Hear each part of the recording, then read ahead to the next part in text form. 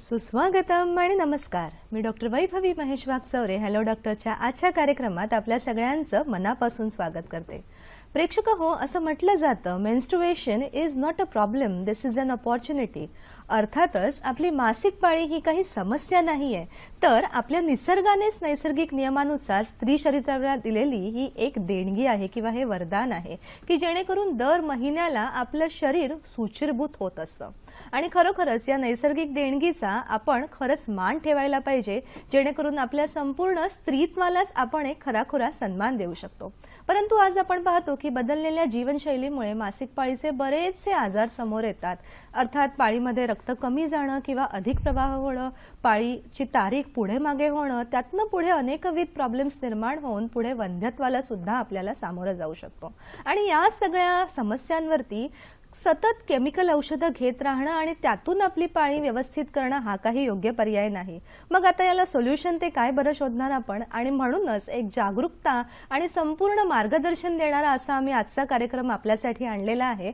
आयुर्वेदाच्या माध्यमातून आपण आपलं शरीर मासिक पाळींच्या समस्यांतनं कसं व्यवस्थित ठेवू शकतो. आणि म्हणूनच आजचा विषय आम्ही तुमच्या समोर सादर करणार आहोत तो असा आहे की मासिक पाळीचे आजार आणि आयुर्वेद.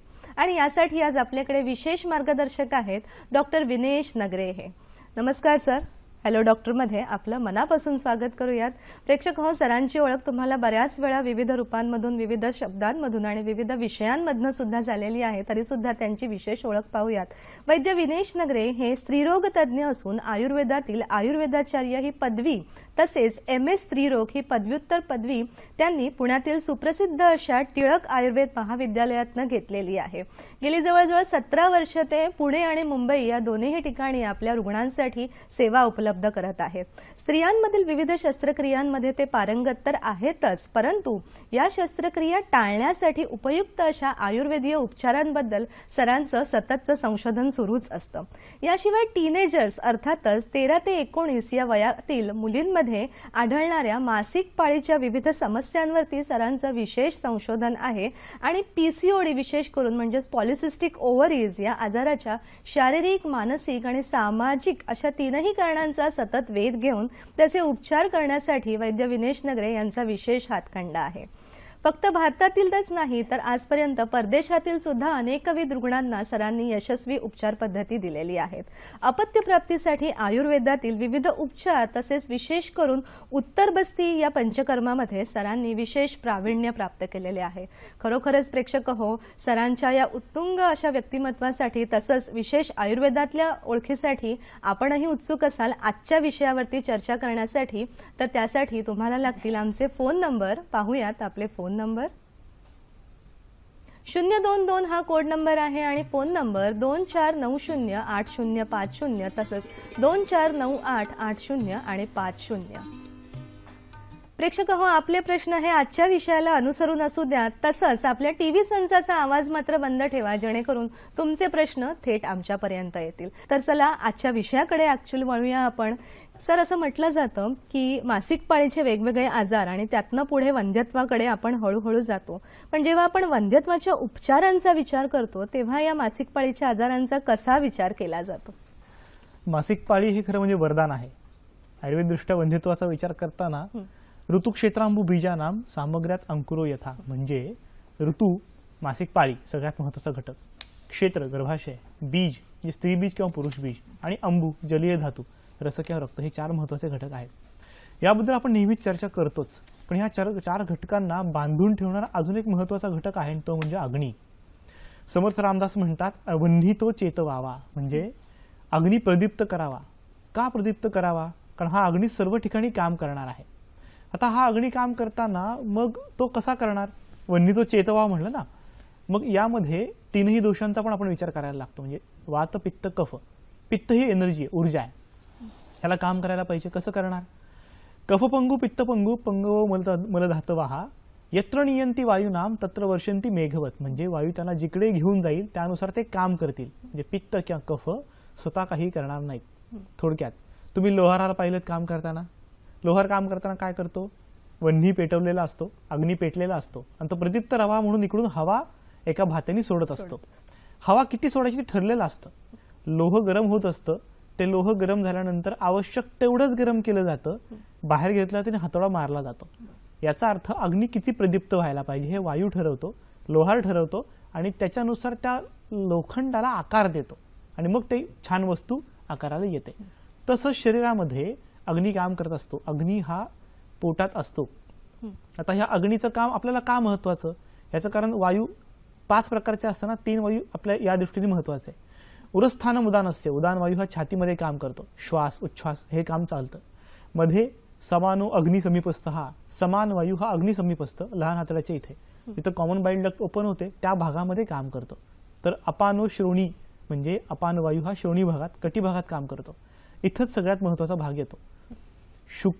शुक्रजंतू हे पुरुषांमध्ये आणि स्त्री बीज हे स्त्रियांमध्ये निर्माण होतं ते या कटी भागात होतं. आता अपानाचे काम बघितलं की कळतं आपल्याला नक्की काय असेल. शुक्र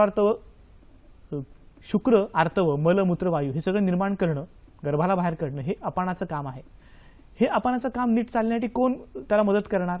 तर हा समान अग्नी. म्हणजे समानाने नीट पचन केलं तर पुढे अपान वायूला गती मिळते, अधोगती. ती अधोगती मिळाल्यानंतर ती गती त्याला पुढे काम करताना अपानाला कंट्रोल करते. म्हणजे मल बाहेर पडणे, उत्तम गोष्टी निर्माण करणे हे त्याच्या मागे असताना बीज निर्माण करताना अग्नीचा संबंध येतो. हा संबंध कधी सगळ्यात जास्त महत्वाचा? आम्ही अनेक वेळा पाहतो IVF केलेले, टेस्ट ट्यूब केलेले पेशंट येतात. टेस्ट ट्यूब बेबी करतोय ट्राय, पण आता काय होतंय तर बीज तयार होत नाहीये.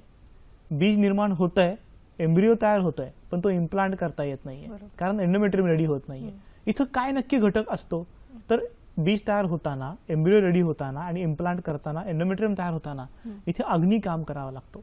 थोडक्यात प्रोसेसिंग व्हायला लागतं. म्हणजे हे प्रोसेसिंग प्रॉपर झालं तर तो बीजातनं गर्भामध्ये परावर्तित होणार आहे, बीजाची निर्मिती होणार आहे, गर्भाशयात अस्तराची निर्मिती होणार आहे आणि तो रुजवून घेणार आहे. शिवाय तो 9 महिने सांभाळून घ्यायचा आहे. ह्या सर्व ठिकाणी अग्नी काम करत असेल तर या अग्नीला उत्तमपणे सांभाळणे आणि वन्ही तो चेतवावा हे काम करणे महत्वाचं असतं. म्हणूनच अग्नीवर जास्त काम केलं तर मासिक पाळीचे आजार आणि वंध्यत्वावर उत्तम उपचार करता येतात. अर्थातच. सर, या अग्नीचं तुम्ही एवढं विशेष महत्त्व जाणार आहोत, त्या आयुर्वेदाच्या दृष्टीने अजूनही आमच्या प्रेक्षकांना मार्गदर्शन हवं आहे. परंतु आपल्याला एक फोन आहे क्षीरसागर यांचा बुलढाणा येथून. पाहूयात काय म्हणतात ते. नमस्कार. नमस्कार मॅडम, मी पांडुरंग क्षीरसागर बोलतो, बेलाळ बुलढाणा इथून. बोला.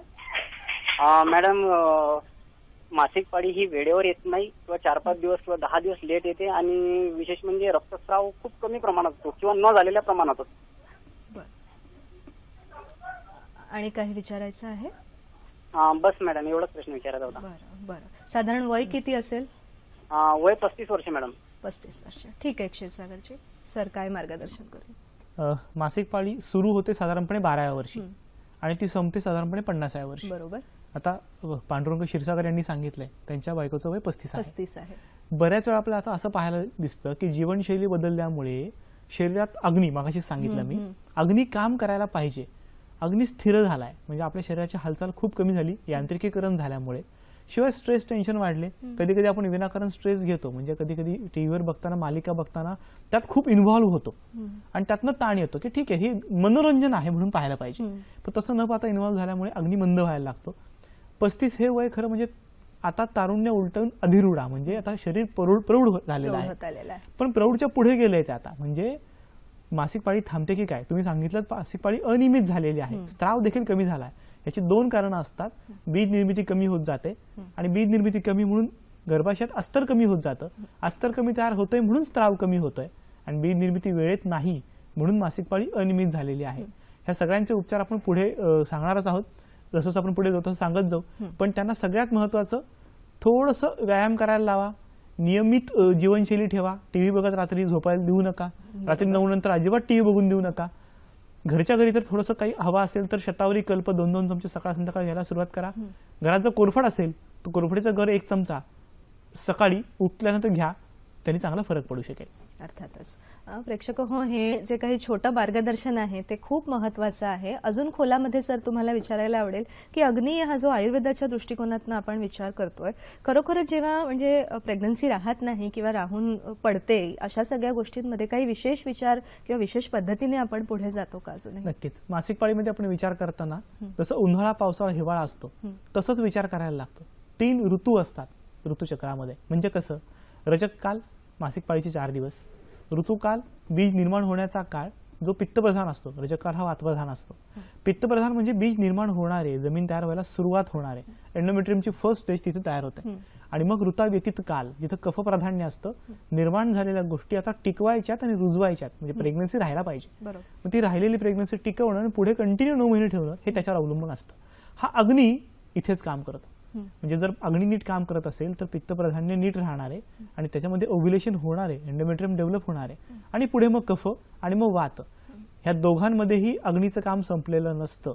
अग्नी अति प्रमाणात काम न करता तो त्याचं काम स्लोली करत राहतो. जसं आपण कुकर ठेवल्यानंतर चांगला भात शिजतोय का असं वाटलं की कुकर बारीक, गॅस बारीक करतो आणि मंद आचेवर ठेवतो, मंद आचेवर खूप छान तो भात शिजतो. तसंच अग्नी ओव्ह्युलेशन होण्याच्या काळात थोडा वाढलेला असतो. ओव्ह्युलेशन होतंय कसं ओळखायचं घरच्या घरी, तर थर्मामीटरने ओळखता येतं. म्हणूनच सांगतो, म्हणजे आपण जर थर्मामीटरने रोज टेम्परेचर चेक केलं तर ज्या दिवशी बीज अंडातनं बाहेर पडतं, ओव्ह्युलेशन होतं, त्या दिवशी आपल्या शरीराचं टेम्परेचर 1 डिग्रीने वाढलेलं असतं. म्हणूनच हा अग्नी महत्वाचा. आणि नंतर तो मग सामान्य होतो आणि पुढे काम करायला प्रवृत्त होतो. म्हणून या अग्नीला जर कंट्रोल केलं तर ओव्ह्युलेशन, एंडोमेट्रियम सगळ्याच गोष्टींना फायदा होतो. मासिक पाळी सुद्धा चांगली होऊ शकते आणि वंध्यत्व पण दूर होऊ शकतं. अर्थातच, म्हणजे या संपूर्ण प्रक्रियेमध्ये या अग्नीचं इतकं महत्व आहे आणि म्हणूनच सुरुवातीलाच आपण म्हटलो की हे वरदान आहे, पण त्याला त्या स्टेपमध्ये त्या पद्धतशीरपणाने आपण पुढे नेलो तरच त्यातनं मार्ग मिळू शकेल. सर अजून एक फोन येतोय आपल्याला, वर्षा यांचा अमरावती येथून. नमस्कार वर्षाजी. हा, हॅलो मॅडम. बोला बोला. टीव्हीचा आवाज सुरू करू का? नाही, टीव्हीचा आवाज बंद ठेवा, आपला प्रश्न विचारा. मला कधी मॅडम म्हणजे खूप दिवसाची म्हणजे लघवीचा खूप त्रास आहे, म्हणजे कमसे कम 10-12 वर्ष झाले असतात. आणि जे जे मासिक पाळी येते त्यावेळेस सतत उन्हाळी लागते. अगोदरच्या दिवसापासून उन्हाळीचा त्रास सुरू होतो मासिक पाळी. आणि मासिक पाळी म्हणजे 30 दिवसाच्या आतमध्येच येते, 25 दिवसात, कधी 24 दिवसात अशी येते. आणि म्हणजे फ्रेश मध्ये जात नाही आणि त्रास होते, म्हणजे अंगावर राहते 5-6 दिवस, पण असं जात नाही, रेग्युलर नाही जात, कंटिन्यू चांगलं. बरोबर. तुमचं वय किती आहे? 38 असेल. 38. ठीक आहे, आपण फोन ठेवा, आम्ही करतो. काय वर्षातांनी सांगितलेला प्रश्न आपल्या अग्नीशी निगडीत आहे. त्यांनी सांगितलं की उन्हाळी लागते, पाळी थोडी अलीकडे येते. पाळी साधारणपणे 3 दिवस अलीकडे पलीकडे मान्य होऊ शकते, पण अलीकडे येते म्हणजे काय, तर ओव्ह्युलेशन होताना ते जर व्यवस्थित झालं असेल किंवा अलीकडे झालं असेल तर पाळी थोडी अलीकडे येणार आहे. अशा वेळेस पित्त प्राधान्य असं गृहीत धरायचं. म्हणजे पाळी अलीकडे, त्यांनी सांगितलं स्त्राव पण कमी होते, वय वर्ष 38, अग्नीचं प्रमाण कमी होत चाललंय का वाढत चाललंय. कधी कधी गंमत अशी होते की अचानक उष्णता वाढत जाते, म्हणजे मेनोपॉझल सिंड्रोम मध्ये हॉट फ्लशेस त्याला म्हणतात. अंग गरम वाटतं, उन्हाळी लागते. अशा वेळेस घरच्या घरी तुम्ही अनंत मूळ म्हणजे सारिवा हे औषध जे असतं ते पाण्यात भिजवून, गरम पाण्यात 1 कप गरम पाण्यामध्ये 1 चमचा सारिवा टाकायची, भिजवत ठेवायची, तासाभराने ते पाणी पिऊन टाकायचं. असं करा. प्लस शतावरी कल्प दुधातनं नाही, पाण्यातनं घ्या.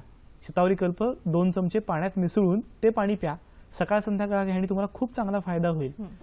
अग्नी त्रास देतोय, अनंतमूळ हे पित्तशामक आहे, शतावरी पित्तशामक आहे, उपयोग होईल. दुधावर मात्र नक्की घेऊ नका. सर खूपच सुंदर तुम्ही त्यांना टिप्स दिलेले आहेत. प्रेक्षक हो, अजून एक महत्त्वाचा विषय असतो पॉलिसिस्टिक ओव्हरी, जो सध्याचा ज्वलंत विषय आहे. त्याच्यावरती सरांची विशेष चर्चा करणार आहोत आणि एक विशेष टिप सुद्धा तुम्हाला देणार आहोत, परंतु या छोट्याशा विश्रांतीनंतर. लगेचच भेटूया हॅलो डॉक्टरमध्ये.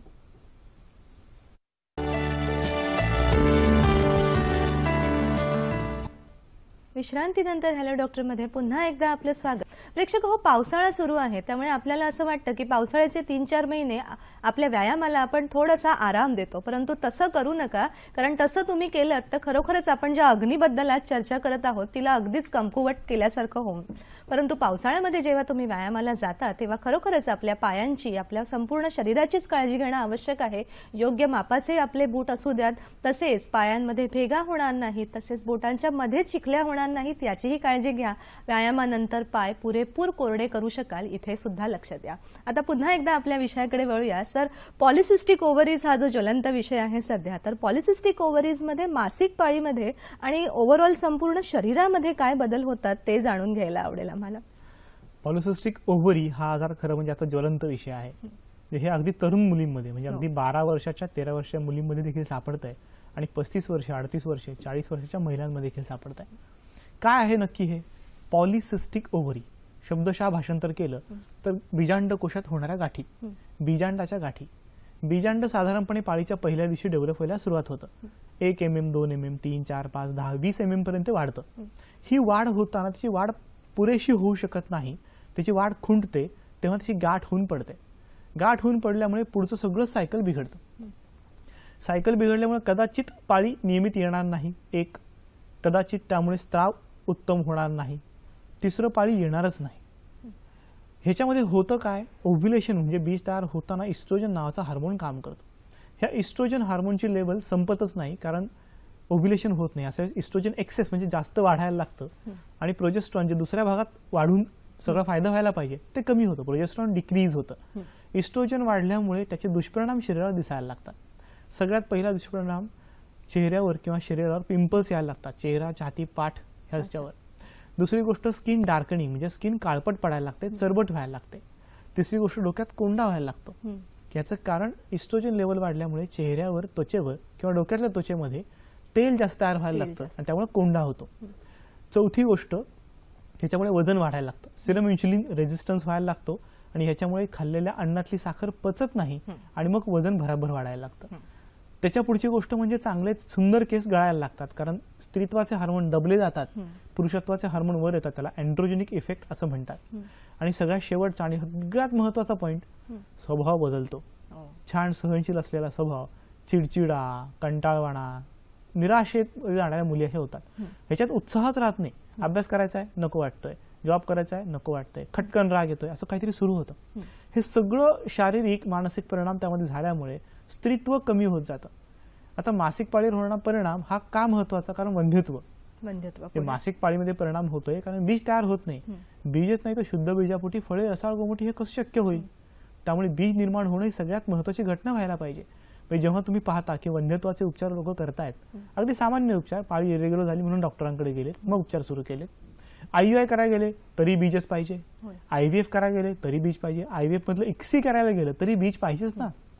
कुठल्याही लेवलला या बीजाचं इतकं महत्व आहे. अर्थातच सर, तुमचं PCOD वरती हातखंड आहे, त्यामुळे अजून माहिती आम्हाला हवीच आहे. तत्पूर्वी एक फोन आहे आपल्याला विष्णू यांचा. नमस्कार विष्णूजी. हा मॅडम, मासिक पाळी जी आहे ती येतच नाही, म्हणजे आलेलीच नाही. ते एंडोस्कोपी वगैरे काही सगळं केलेलं आहे, पण तरी पण काही येतच नाही. बरं बरं. आता किती वय आहे तिचं? वय 27 वर्ष मॅडम. 27 वर्ष. ठीक आहे विष्णूजी, मासिक पाळी आलेलीच नाही आतापर्यंत. काय साधारणपणे मासिक पाळी 12 वर्षी सुरू होते, तत्वर्षात द्वादशात वर्षी असं म्हणतात, आणि 50व्या वर्षी थांबते. 12 नंतरही येत नसेल तर कदाचित ते 16 किंवा 18 पर्यंत येते, असं देखील अनेक वेळा पाहायला मिळतं. पण मासिक पाळी येतच नाही, अशा 2 गोष्टी होऊ शकतात. एक तर ओव्हरियन फेल्युअर, म्हणजे ओव्हरी नॉर्मल आहे पण दिसतीये फक्त नॉर्मल, आणि त्याचं फंक्शन होत नाही, म्हणजे काम होत नाही, क्रिया होत नाहीये. आणि दुसरी गोष्ट, ओव्हरी आणि युट्रस लहान असणे, म्हणजे हायपोप्लास्टिक ओव्हरी, हायपोप्लास्टिक युट्रस असेल तर त्याची वाढच पूर्ण झालेली नाही आणि म्हणून ते काम करत नाही. अशा वेळेस उपचार करताना साधारणपणे 4 महिन्याची चिकित्सा देऊन पाहता येते. ही 4 महिन्याची चिकित्सा ही केवळ अग्नीवर काम करणारी दिली जाते. नेहमी लक्षात ठेवा, पेशंट पॉलिसिस्टिक ओव्हरीचा असो किंवा दुसरा कुठलाही असो, आयुर्वेदानुसार ट्रीटमेंट देताना पाळीची ट्रीटमेंट दिली जात नाही. आयुर्वेदानुसार त्याला आवश्यक घटक म्हणजे कुठला, तर अग्नी, वात, पित्त, कफ, धातू चिकित्सा ह्याचा उपचार केला जातो. हे केल्यानंतर शरीरातली जी सिस्टीम आहे, थोडक्यात ही सिस्टीम कशाची आहे, एका शरीरातून दुसरं शरीर निर्माण व्हावं म्हणून प्रजनन करणारे गर्भाशय आणि बीजांडकोश काम करतात. अशा वेळेस संपूर्ण शरीराची ताकद उत्तम केली तर गर्भाशय आणि बीजांडकोश उत्तम होतील अशी एक संकल्पना आहे. या संकल्पनेवर आधारित जर काम केलं तर यामध्ये कदाचित यश मिळू शकतं. बरोबर. म्हणजे आता 27 वय ते म्हणत आहेत, आताही त्यांनी जर चिकित्सा सुरू केली, जसं तुम्ही म्हणताय 4 महिने 6 महिन्याचा कालावधी दिला, तर निश्चितच आयुर्वेदाच्या माध्यमातून ही यशस्वी चिकित्सा आपण करू शकतो. सर, पॉलिसिस्टिक ओव्हरीज बद्दल तुम्ही सांगत होतात, अजून काही विशेष आम्हाला मिळेल का? पॉलिसिस्टिक ओव्हरीमध्ये अजून एक प्रकार वेगळा सापडतो, म्हणजे मासिक पाळी अगदी नियमित असते. बऱ्याच रुग्णांना असं वाटतं की अरे पाळी तर नियमित आहे, सगळं छान आहे, मग काय प्रश्न आहे. ह्याच्यावर अजून पुढची गोष्ट म्हणजे सोनोग्राफी केल्यावर सिस्ट दिसत पण नाही. म्हणजे पॉलिसिस्टिक ओव्हरियन डिसीज असं जेव्हा म्हणतात तेव्हा ते सोनोग्राफी दिसायला पाहिजे असं म्हटलं जातं. पण अशा वेळेस पॉलिसिस्टिक ओव्हरी सिंड्रोम असतो. सिंड्रोम म्हणजे लक्षणांचा समुच्चय. म्हणून तुम्हाला मी आत्ताच सांगितलं की लक्षणं काय काय, स्किन खराब होणे, केस गळणे, अनावश्यक केसांची लग येणे, वजन वाढणे, स्वभाव बदलणे, ही सगळी लक्षणं एकत्र केली की लक्षात येतं की अरे हे होतंय कशामुळे. जर दुसरं काहीच कारण नाही तर काय, तर हे हार्मोन इम्बॅलन्स असतात आणि हे हार्मोन इम्बॅलन्स PCOS म्हणजे पॉलिसिस्टिक ओव्हरीचे कारणीभूत असतात. बऱ्याच मुलींना लग्न व्हायच्या आधी कळतच नाही, कारण फारसं काही माहित नसतं, पाळी नियमित असते. पण जेव्हा लग्न होतं आणि गर्भधारणा होत नाही अशा वेळेस कळतं की अरे ओव्ह्युलेशन टेस्ट केली, ओव्ह्युलेशन वेळेवर होतच नाही आणि ओव्ह्युलेशन नसल्यामुळे प्रेग्नन्सी राहत नाही. दॅट इज कॉल्ड PCOS म्हणजे पॉलिसिस्टिक ओव्हरी. मग अशा वेळेस बीज निर्मितीवर भर देण्यासाठी अग्नीचा विचार करत आर्तवम अग्नी म्हणजे तिथं पण अग्नी वेगळ्या प्रकारे विचार करायला लागतो. म्हणजे जाठराग्नी काम करतो तेव्हा आहाररस निर्माण होतो. आहाररस निर्माण झाल्यानंतर धातुअग्नी काम करतात, रसधातुअग्नी, रक्तधातुअग्नी, मग मांस, मेद, अस्थि, मज्जा, शुक्र. आणि शुक्राच्या वेळेस स्त्री बीज म्हणजे आर्तव, आर्तवम आग्नेयम.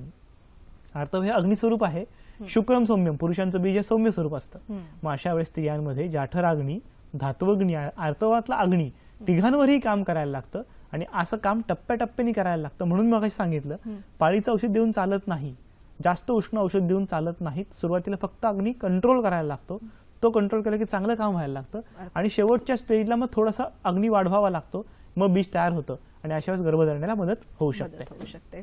सर, अजूनही आपल्याकडे एका प्रेक्षकांचा फोन आहे. शशिकांत बोलत आहेत आपल्याशी कोल्हापूर येथून. नमस्कार. हॅलो, विचारा प्रश्न. हा मॅडम, विचारा. कोल्हापूरचं. हा, आमच्या मिसेचं वय 40 आहे, पाळीमध्ये नियमितपणा असतोय आणि रक्तस्राव कमी जादा होतोय आणि पोटात फार दुखतोय. बर, ठीक आहे शशिकांतजी. थोडंसं उत्तर सर आपण सुरुवातीला दिलेलं आहे, पण एक नवीन ते म्हणाले पोटात फार दुखते. बऱ्याच स्त्रियांची ही समस्या असते, काय मार्गदर्शन करूया?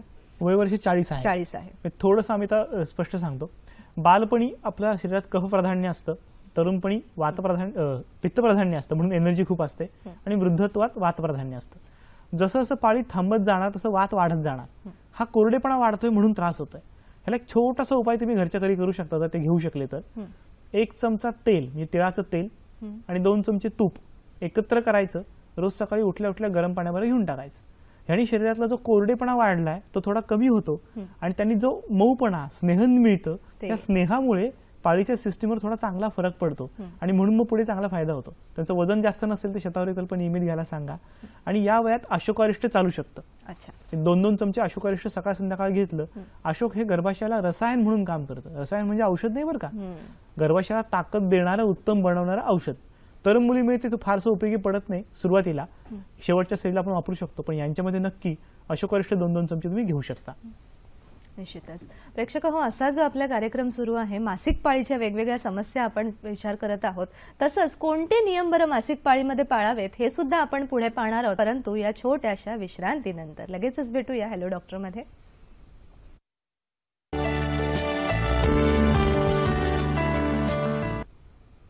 प्रेक्षक हो, आता स्त्रीला प्रत्येक क्षेत्रामध्ये आपण प्राधान्य दिलेलं आहे. आपण बऱ्याचशा जाहिराती पाहतो टीव्हीवरती की मासिक पाळीच्या दरम्यान आपण काहीही करू शकतो असं सर्रास दाखवलं जातं.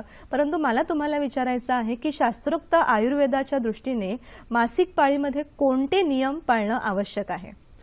सगळ्यात महत्त्वाचा नियम आहे अहिंसा ब्रह्मचारिणी. तर अहिंसा या शब्दाचा अर्थ व्यापकरित्या घ्यायला लागतो. अहिंसा म्हणजे शारीरिक आणि मानसिक दोन्ही प्रकारची हिंसा करू नये. आपण पाहतो वेगवेगळ्या सॅनिटरी पॅडच्या ऍडमध्ये सॅनिटरी पॅड वापरून आपण उड्या मारतो असं दिसतं.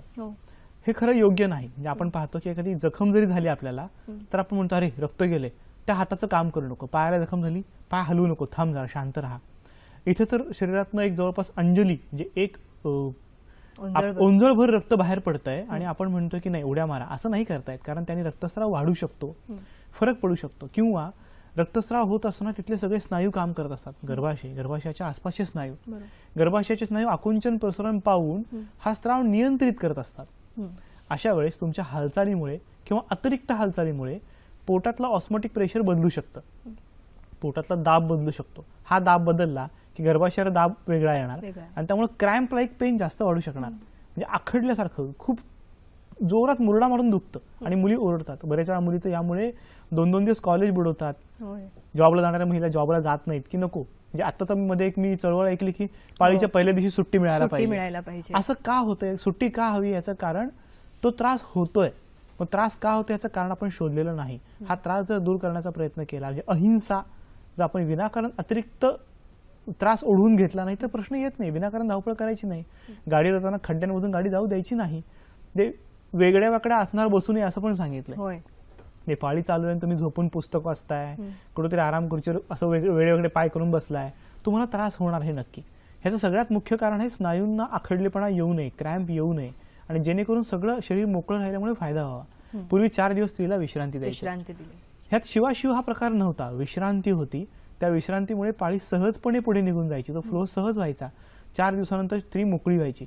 आता असं शक्य नाहीये खरं म्हणजे. आता आपल्याला जॉब आहे, कॉलेज आहे, ते अटेंड करायलाच पाहिजे, पण हे अटेंड करताना आपण अतिरिक्त धावपळ होणार नाही ना ह्याची काळजी तर घ्यायला पाहिजे. ब्रह्मचारिणी म्हणजे काय तर शरीराची मानसिक हिंसा पण होऊ नये. म्हणजे आपण अचानक म्हणजे अतिरिक्त पिक्चर बघायला जाणे, कुठला शो बघायला जाणे, कुणाला विनाकारण चिडचिड करणे असं करू नये.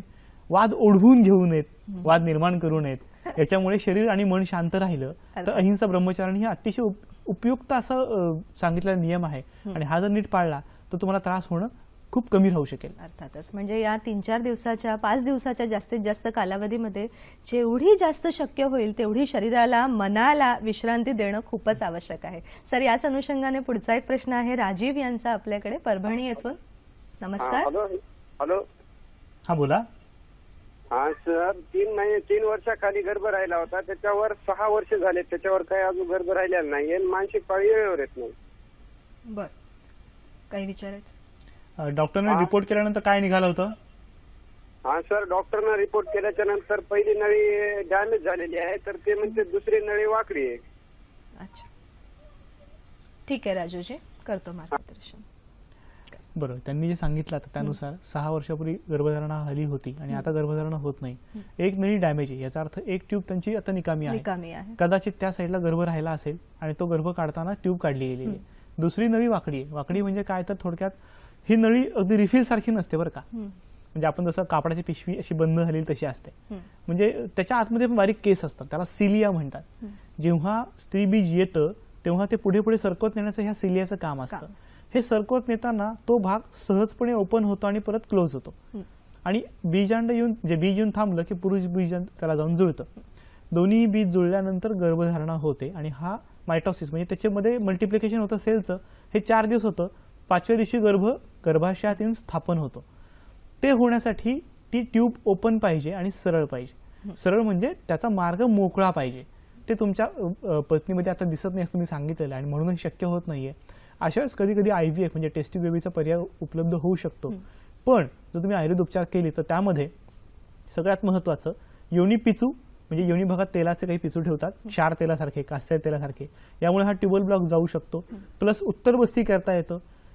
आता इथे मध्ये स्नायूंचा पण समावेश असतो. म्हणजे मांसात त्वचा षट्च, मांसापासून 6 प्रकारच्या त्वचा तयार होतात. ही जी त्वचा आहे, त्वचेवरचे केस आहेत, याला सॉफ्ट करण्यासाठी, मोकळं करण्यासाठी त्या प्रकारचे औषध देता येतात. म्हणजे मांसपाचक औषधं, रक्तपाचक औषध दिली तर ह्या प्रकार म्हणजे ह्याच्या टिश्यूला सॉफ्टनेस येऊ शकतो आणि वाकडी झालेली ट्यूब परत सरळ होऊ शकते. असा अनुभव नेहमी आलेला आहे. अर्थातच राजीवजी, तुम्ही निराश होऊ नका. एकदा गर्भधारणा होऊन झाल्यानंतर आता 6 वर्षांनी होत नाहीये, तुम्ही खरोखरच वैयक्तिक स्तरावरती सरांचं मार्गदर्शन घेऊ शकता. सर, आता जेव्हा उपचारांची वेळ येते तर मासिक पाळीच्या या वेगवेगळ्या आजारांमध्ये पंचकर्माचे कोणते विशेष उपचार आपण करू शकतो? पंचकर्म करताना आपल्याला सगळ्यात मुख्य जो मुद्दा असतो तो आपण मगाशी सांगितलं, अपानवायू. अपानवायूच्या क्षेत्रामध्ये सगळ्या गोष्टी घडत असल्यामुळे बस्ती हा मुख्य मानला जातो. योनिनाम वाताला आद्यानाम, योनिभागी वाताचं प्राधान्य असतं आणि वाताला उत्तम पंचकर्म काय तर बस्ती. आता बस्ती करताना बस्ती म्हणजे काय तर एनिमा देणे. एनिमा दिल्यामुळे पोट साफ होतं. आता पोट साफ होणे एवढं मर्यादित नाही. बरोबर. पोट साफ होताना त्यात जे औषध दिलं जातं ते शरीरात शोषलं जातं आणि एक विशिष्ट सिग्नल पास करतं. वायू हा यंत्राचा नियंता आहे. वायू यंत्रतंत्र झाला मागाशी सांगितलं. कफ आणि पित्त पंगू आहेत. यत्र नियंती वायू नाम तत्र वर्षंती मेघवत. वायूला नियंत्रित केलं की आपण अग्नीला नियंत्रित करू शकतो अशी एक संकल्पना आहे. म्हणून पंचकर्मातला बस्ती उपयोग पडतो. आता ह्या बस्तीचा वापर कसा करायचा? अगदीच काही लोकांना घाई असते की मला अजिबात वेळ नाही, मला खूप धावपळ असते, पळापळ असते. मग अशा लोकांमध्ये मात्रा बस्ती म्हणजे अगदी 40 ml तेलाचा बस्ती रोज रात्री झोपताना घेता येतो. घरच्या घरी घेता येतो. म्हणजे अगदी मुंबईच्या पेशंट आम्ही बऱ्याच वेळी सांगतो की त्यांना शक्य नाही पंचकर्म सेंटर आणि 2-2 तास लोकलमध्ये जातात. होय. म्हणजे घरनं निघालंय 2 तास लोकलनी, 5ला उठणार, आवरणार, 6ला निघणार, 7ला लोकल, 7 ते 9 घरी निघताना परत रात्री 9ला घरी पोहोचणार. कधी पंचकर्म करणार? अशा लोकांना आम्ही मात्रा बस्ती जो 1 दिवसाचा घेता येतो सांगतो. मात्रा बस्ती तुम्ही 2 दिवस घेतला, 4 दिवस घेतला, चालू शकतो, तो केव्हाही बंद करता येतो आणि कधीही कंटिन्यू करता येतो. जर अजून वेळ आहे तर योग बस्ती म्हणजे 8 दिवसांचा करता येतो. यात 7 धातूंचा विचार आहे. म्हणजे रस, रक्त, मांस, मेद, अस्थि, मज्जा, शुक्र 7 धातू आणि 8वं बीज, ह्या 8 गोष्टींपर्यंत सिग्नल पोहोचवणे. मी यात काढ्याचा, तेलाचा असा अल्टरनेट बस्ती करता येतो. त्याचा उपयोग खूप चांगला होतो. अजून थोडा वेळ असेल तर काल बस्ती हा 16 दिवसांचा करता येतो. आणि त्याच्याही पेक्षा मस्त म्हणजे 21 दिवसांचा प्रजास्थापन बस्ती. शब्दातच त्याचं महत्व सांगितलंय. प्रजास्थापन म्हणजे रिप्रोडक्टिव्ह सिस्टीम स्टॅबिलाइज करणारा 21 दिवसांचा बस्ती हा सुश्रुताचार्यांनी सांगितलेला आहे. त्यांचं म्हणणं असं आहे की हा बस्ती थेट शुक्रापर्यंत देऊन भिडतो. औषधं सुद्धा कधी कधी लागणार नाहीत कदाचित. त्यामुळे जेव्हा पेशंट क्रिटिकल स्टेजला असतो, अगदी टेस्ट ट्यूब बेबी पण फेल होते, अशा लोकांमध्ये आम्ही आवर्जून सांगतो की 21 दिवसाचा बस्ती करून घ्या, त्याचा अत्यंत चांगला उपयोग होईल. पंचकर्मातला बस्ती हे आयुर्वेदामध्ये असं सांगितलंय की निम्म आयुर्वेदिक उपचार हे पस्तीने करता येतात. कारण बस्तीमधलं तुम्ही औषध बदललं की करता येतं. आमच्या काही रुग्ण असेही येतात की सांगतात की आम्ही डॉक्टर बस्ती करून घेतलाय आणि आता परत कशाला करायचं आहे. असं नसतं. औषध बदललं की रिझल्ट बदलतात. त्यामुळे आधी केलेले बस्ती कोणत्या औषधाचे होते हे पाहून त्यांनी जर गुण आला नसेल तर याचा अर्थ आता गुण यायला औषध बदललं पाहिजे आणि त्या आत्ताच्या सगळ्या पद्धतीनुसार त्यानुसार तुम्ही औषध घेतलं तर बस्तीमध्ये नक्कीच फायदा होऊ शकतो. सो बस्ती हे सगळ्यात मुख्य पंचकर्म. अर्थातच. आणि सर जसं तुम्ही म्हटलात की औषध बदललं पाहिजे किंवा बदललं जातं आणि अर्थातच हेचं जे काही मार्गदर्शन आहे तो प्रत्येक वैद्यच करू शकतो. व्यक्तिपरत्वे, रुग्णपरत्वे या सगळ्या गोष्टी बदलत असतात. प्रेक्षक हो, अजून एक फोन आहे आपल्याला अनंत यांचा. नमस्कार मॅडम, माझं नाव अनंत कदम आहे आणि माझ्या मिसेसचं वय 35 वर्षाचं आहे आणि त्यांना पाळीच्या दरम्यान हे पांढरं पाणी जाण्याचा प्रकार जास्त होतो. तर आम्ही ऑलिओपॅथिक दाखवलंय. तर ते म्हणतात की टेस्ट करू वगैरे वगैरे, पण ते त्यांना काही फरक पडत नाही एवढं. त्यासाठी काय असेल आयुर्वेद? ठीक आहे अनंतजी, करतो मग. सफेद स्त्राव होणं पाळीचे. होय, बरेच वेळा पाळीच्या अलीकडे किंवा पलीकडे सफेद स्त्राव लोकांना होतो किंवा पाळीनंतरही बरेच दिवस हा सफेद स्त्राव चालू राहतो. ह्याची 2-3 कारणं असतात. एक म्हणजे बाह्य जंतू संसर्ग असेल, एक्सटर्नल इन्फेक्शन, फंगल इन्फेक्शन असू शकेल, किंवा योनी भागात काही इन्फेक्शन असेल किंवा गर्भाशयात काही इन्फेक्शन असेल तर त्यामुळे पांढरा स्त्राव होऊ शकतो. ह्याच्यावर त्या गोष्टींनुसार उपचार करायला लागतात. आयुर्वेदानुसार विचार करायचा म्हणलं तर पंचकर्मातला आपण पाहतोय आता, तर पंचकर्मातला योनी पिचू देता येतो, योनी धावन करता येतं, त्रिफळा क्वाथानी, पंचवल्कल क्वाथानी, नगरोदधी गणातील जे औषधं असतात ह्याचा काढा करून योनी धावन करतात. त्यांनी धुवून घेतल्यानंतर खूप फरक पडतो. घरच्या घरी देखील त्रिफळाचा काढा तुम्ही केला आणि जर ती जागा धुवून घेतलीत तर इन्फेक्शन कमी होण्यात खूप मदत होते. एक्स्टर्नल इन्फेक्शन देखील कमी होतात. आता गर्भाशयातला जर प्रॉब्लेम असेल तर मात्र पोटातनं औषध घेणं बंधनकारक असतं. म्हणजे अशा वेळेस प्रताप लंकेश्वर नावाचं एक औषध आहे ते घेता येतं. पुष्याणूक चूर्ण आहे, नुसतं नाक्यशय चूर्ण आहे. अगदी सोप्यात सोपं तुम्ही तांदळाचं धुवण घरच्या घरी घेऊ शकता. ह्या सगळ्या गोष्टींचा नक्कीच फायदा होऊ शकतो. अशोकारिष्ट जर जमलं तर घ्या. अशोकारिष्ट 2-2 चमचे घेऊन भागत नाही. अशा वेळेस 4-4 चमचे 3 वेळा घ्यायला लागतं. मात्र ते 1 कप पाण्यात मिसळून घ्या, त्याचा खूप चांगला फायदा होऊ शकेल. अर्थातच हे विविध उपचार आहेत की पाळीच्या दरम्यान किंवा पुढे मागे जे सफेद पाणी जातं त्यावरती आपण करू शकतो. अजून काही असे विशेष उपचार सरांकडनं घेणार आहोत. तसंच या आठवड्यात इतर कोणते डॉक्टर आपल्या भेटीला येणार आहेत ते सुद्धा तुम्हाला दाखवणार आहोत. परंतु या छोट्याशा विश्रांतीनंतर लगेचच भेटूया हॅलो डॉक्टर मध्ये.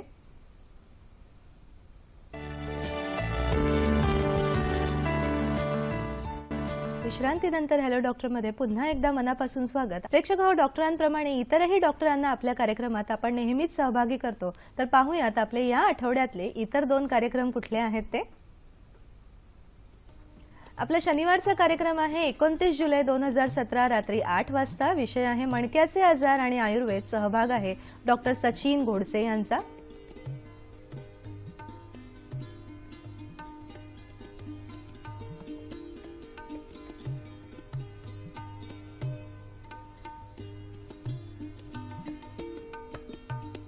तसंच आपला रविवारचा कार्यक्रम आहे 30 जुलैचा रात्री 8 वाजताचा. सहभाग असणार आहे डॉक्टर संदीप माने यांचा आणि विषय आहे वंध्यत्व संवादातून निवारण असा विषय आहे.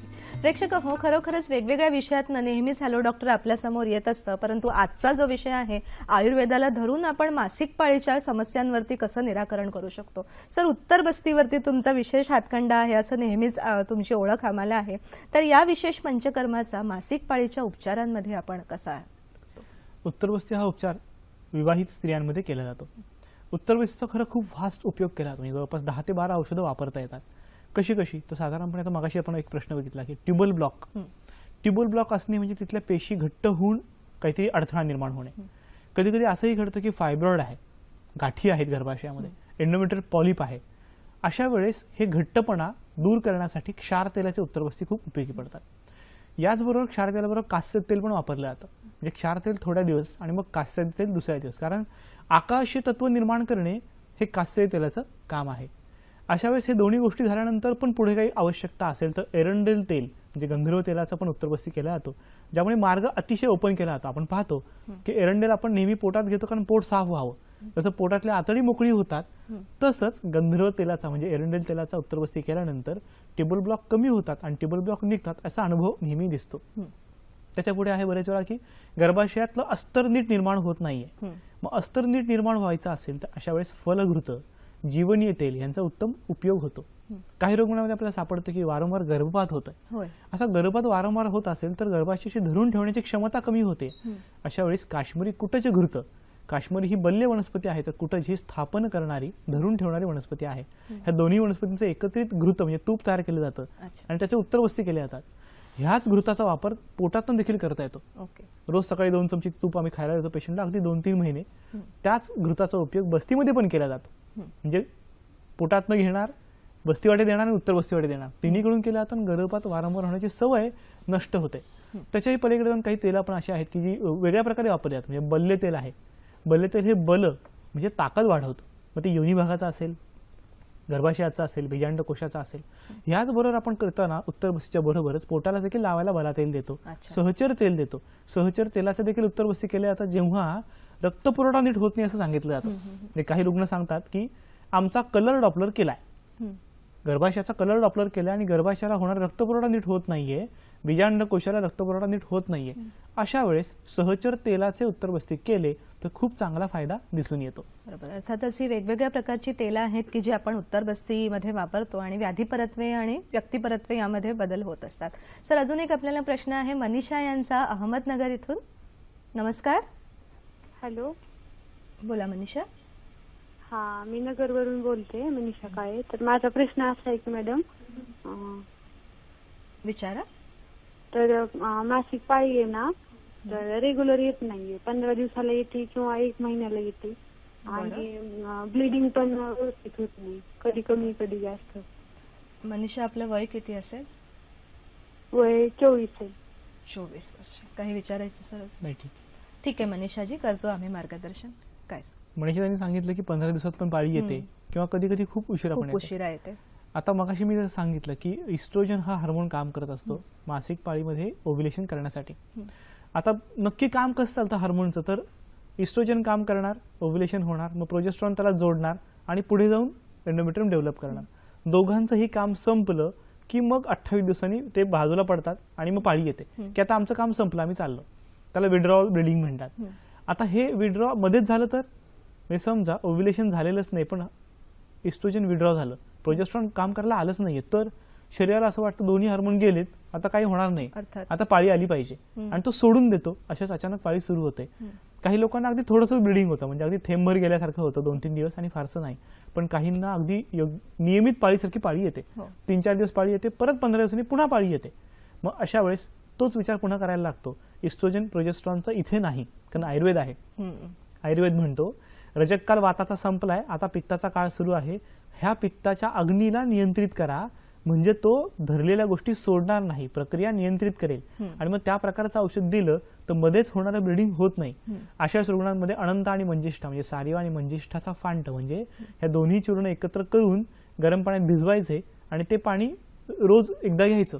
असं केलं की अतिरिक्त उष्णता कमी राहते. शिवाय शतावरी कल्पाचा देखील उपयोग होतो, कारण तुमचं वय 25 आहे आणि यात खूप चांगला त्याला फायदा होऊ शकेल. निश्चितच सर, असं म्हटलं जातं की स्त्री शरीराची ही जडणघडण किंवा ठेवण ही पुरुषापेक्षा खूप वेगळी असते आणि त्यालाच आम्ही स्त्रीत्व असं म्हणतो. परंतु जेव्हा पीसीओडी आणि यासारखे प्रॉब्लेम होतात तेव्हा पुरुषाचे हॉर्मोन सारखे बदल स्त्रीमध्ये होतात आणि ती स्त्री सगळ्याच दृष्टीने थोडी वेगळी दिसायला लागते आणि वागायला सुद्धा लागते. तुमचा जो विशेष मुद्दा असतो की सामाजिक, मानसिक आणि शारीरिक या तीनही स्तरांवरती जे आपण काम करतो त्याबद्दल एक विशेष मार्गदर्शन आमच्या महिला प्रेक्षकांसाठी विशेष. स्त्रिया या नाजूक, सुकुमार आणि लवचिक आणि सहनशील असतात. लवचिक म्हणजे काय, तर स्नायूंमध्ये एक लवचिकता असते. ह्याचं कारण स्त्रियांमध्ये मेदाचं प्रमाण, फॅटचं प्रमाण थोडं जास्त आहे, कारण ती मृदुता मेंटेन करण्यासाठी. आता ही कधी मेंटेन होईल, तर स्नायूंना योग्य पीळ मिळाला तर. आपण पाहतो यांत्रिकीकरण झाल्यामुळे व्यायाम नाही आणि त्यामुळे सगळं शरीर स्थिर जड झालंय. ह्या जडत्वामुळे अग्नी हलत नाही आणि गोष्टींना ताकद मिळत नाही, स्नायूंना पीळ बसतच नाही, म्हणून ते स्नायू लवचिक राहत नाहीत. असे स्नायू लवचिक न राहिल्यामुळे थेट गर्भाशयावर परिणाम होतो, कारण गर्भाशय देखील स्नायूंनीच बनलेला आहे. मायोमेट्रियम तिथले स्नायूच आकुंचन प्रसरण पाहून तिथले रक्तस्राव नियंत्रित करतात आणि डेव्हलपमेंट काय होणार ठरवतात. तर सर्व शरीरातला स्नायू जर चांगला राहायचा असेल तर नियमित व्यायाम असायलाच हवा, फक्त पाळीचे 4 दिवस सोडून. पावसाळा आलाय, मी म्हणतो की पावसाळ्यात तुम्ही व्यायाम का नाही करत, खरं पावसाळ्यात देखील व्यायामाला जायला पाहिजे. व्यायाम नसेल तर नुसतं फिरायला जा, छत्री घेऊन जा, काय फरक पडतो सांगतो. आपण म्हणतो की हिवाळ्यामध्ये व्यायाम केल्यामुळे अग्नी चांगला राहतो, पण तसंच पावसाळ्यात देखील राहू शकतो. तुम्ही नुसतं फिरायला गेलात तर जी थंड हवा शरीराला लागते त्यामुळे बाहेरचा अग्नी आत कोंडला जातो आणि तो सेंट्रल सिस्टीमला म्हणजे हृदय, फुफ्फुस, किडनी, ब्रेन, गर्भाशय यांना मिळतो आणि हा अग्नी तिथे काम करतो. तुम्ही तर म्हटलं पाऊस पडतो मी घरात बसतो, तर तो अग्नी चेतवणार कसा. घरात गरम, बाहेर गाळ, आतलं गरम हे शरीर बाहेरचं गरम राहतं, मधलं थंड राहतं, तर त्याचा फायदा होत नाही. पावसाळ्यात सुद्धा बाहेर पडा, व्यायाम करा किंवा नुसतं फिरायला जा, अनुभव तर घ्या निसर्गाचा, किती छान निसर्ग आहे. सर, या व्यायामाचं इतकं महत्व आहे, पण या व्यायामासोबत जीवनशैलीमधले सुद्धा बदल काही विशेष असतात, तर काय मार्गदर्शन या अनुषंगाने सुद्धा आपण करू. जीवनशैलीतला सगळ्यात मोठा बदल म्हणजे जेवण करताना अनेक मुली खूप भरभर जेवण करतात. याचं कारण वेळ नसतो, पटकन जेवायचं आणि जायचंय. म्हणजे नाश्ता छान करावा, जेवण उत्तम करावं, रात्री कमी खावं. अगदी बरोबर उलटं करतात, रात्री भरपूर जेवण करतात, तेही घाईघाईत करतात, दिवसात काही खरं नसतं. आपण म्हणतो की शिळं अन्न खाऊ नये, पण बरेच वेळा दिसतं की आपण फ्रीजमध्ये ठेवलेल्या गोष्टी बाहेर काढून अनेक मोठ्या मोठ्या रेस्टॉरंटमध्ये मग त्या गरम करून आपल्याला वाटतं वा ताजं खाल्लंय, त्याचा उपयोग नसतो. ताजं अन्न खाणं, वेळेवर खाणं आणि योग्य प्रमाणात खाणं हे अत्यंत महत्वाचं आहे. तसं केलं तर अग्नी प्राकृत राहणार. खूपच सुंदर सर सल्ला दिलेला आहे हा आम्हाला. प्रेक्षक हो, आता आपली वेळ झालेली आहे आजच्या कार्यक्रमाच्या अनुषंगाने असलेल्या विशेष अशा आरोग्य सल्ला पाहण्याची. आजचा आरोग्य सल्ला आहे, पाळीच्या दरम्यान पोटात पुष्कळ दुखत असल्यास हिंगाचा खडा तुपात परतून त्याचं सेवन करावे. अंगावरून सफेद त्राव जात असल्यास स्वच्छ पाण्यात धुवून साफ केलेले तांदूळ साधारण 1 तास भिजवून त्याचे धुवण सेवन करावे. यालाच आयुर्वेदामध्ये तंदुलोदक असं सुद्धा म्हटलं जातं. तसंच नैसर्गिक नियमानुसार मासिक पाळी ठराविक तारखेच्या 3 दिवस पुढे किंवा मागे येणं हे प्रकृतीनुसार स्वाभाविक असतं. प्रेक्षक हो, आरोग्य सल्ल्यानंतर थोडं पाहूया की आपल्या रविवारचा एक विशेष कार्यक्रम काय आहे ते. रविवार दिनांक 30 जुलै 2017 रात्री 8 वाजता आपला प्रायोजित कार्यक्रम आहे. विषय आहे वंध्यत्व, संवादातून निवारण आणि सहभाग आहे डॉक्टर संदीप माने यांचा. प्रेक्षक, काही कारणास्तव जर आजच्या कार्यक्रमाचा काही भाग आपल्याला पाहता नसेल आला तर याच कार्यक्रमाचं पुन्हा प्रक्षेपण आपण पाहू शकता. मंगळवार दिनांक 8 ऑगस्ट 2017 सकाळी 9 वाजता, अर्थातच आजचा विषय मासिक पाळीचे आजार आणि आयुर्वेद, सहभाग डॉक्टर विनेश नगरे यांच्यासोबतच. तसंच वेगवेगळ्या डॉक्टरांना आपल्या कार्यक्रमात सहभागी करण्यासाठी आणि आजच्या कार्यक्रमाचा विशेष अभिप्राय आमच्यापर्यंत पोहोचवण्यासाठी पाहूयात आमचा पत्ता. निर्माती हॅलो डॉक्टर, दूरदर्शन केंद्र, पांडुरंग बुधकर मार्ग, वरळी, मुंबई 400030. आपला ईमेल ॲड्रेस आहे hellodoctor@gmail.com. तसंच फेसबुक आणि यूट्यूबच्या लिंकवरून सुद्धा तुम्ही आमच्याशी संपर्क करू शकता. सर, पुष्कळसे प्रश्न आपल्या कार्यक्रमामध्ये आले, तुम्हीही उत्तम मार्गदर्शन केलं, परंतु काही असे प्रश्न आहेत जे आमच्या मनातनं येतात. तर मला विचारायचं आहे की स्थूलत्वाचा याच्यावरती, मासिक पाळीवरती काही विपरीत परिणाम होऊ शकतो का? मगाशी आपण पाहिलं पॉलिसिस्टिक ओव्हरीमध्ये सीरम इन्शुलिनचा रेझिस्टन्स असतो, म्हणूनच स्थूलत्व येतं. ते साखर पचत नाही, ती साठत जाते, तेव्हा स्थूलत्व येतं. स्थूलत्व आलं की शरीरातला जडपणा वाढला, मेद वाढला. रसरक्त मांसाचं पोषण होताना मेद वाढला तर पुढचं अस्थिमज्जा शुक्राचं पोषण होत नाही, आर्तवाचं पोषण नाही, म्हणून पाळी नियमित राहत नाही. मासिक पाळी सुरू असताना फार घट्ट कपडे घालणं हे योग्य आहे का महिलांनी? आता मगाशी सांगितलं तसं क्रॅम्प जास्त येतात, त्यामुळे घट्ट कपड्यामुळे तुम्हाला सैलपणा मिळत नाही, फ्लो चांगला होत नाही. ताणतणाव म्हणजे सध्याचा जो मुख्य विषय आहे की काही नसलं तरी सगळंच काही असतं, त्यामुळे मासिक पाळी पुढे मागे होऊ शकते का? ताणतणाव आल्यामुळे आपलं सगळ्यात मुख्य अग्निमंद होतो आणि त्यामुळे सगळे प्रॉब्लेम पुढे सुरू होतात. अर्थात आजकाल आपण पाहतो की वजन कमी करणारी किंवा वाढवणारी औषधं सर्रास घेतली जातात, तर या औषधांमुळे मासिक पाळीवरती काही दुष्परिणाम होऊ शकतात का? वजन कमी जास्त अचानक करायला गेलं तर नक्कीच परिणाम होणार, कारण अचानक मेद कमी झाला तरी तो मेद जो उपयोगी पडतोय तोच निघून गेला तर फायदा होणार नाही. गर्भनिरोधक गोळ्या या घेतल्या जातात वारंवार किंवा कॉपर टी लावणं असे काही प्रकार होतात, यामुळे स्त्रीच्या गर्भाशयामध्ये काही त्रास होऊ शकतो का?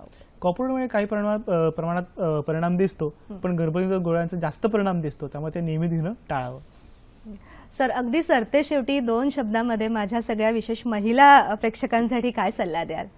मासिक पाळीच्या आजारातून जर दूर जायचं असेल तुम्हाला आणि मासिक पाळी नियमित करायची असेल, सगळ्यात पहिलं हालचाल सुरू करा. आपल्या सगळ्यांची हालचाल कमी झालेली आहे. दुसरी गोष्ट, मानसिक हिंसा फार वाढलेली आहे, तर ते पण नॉर्मल व्हायला पाहिजे.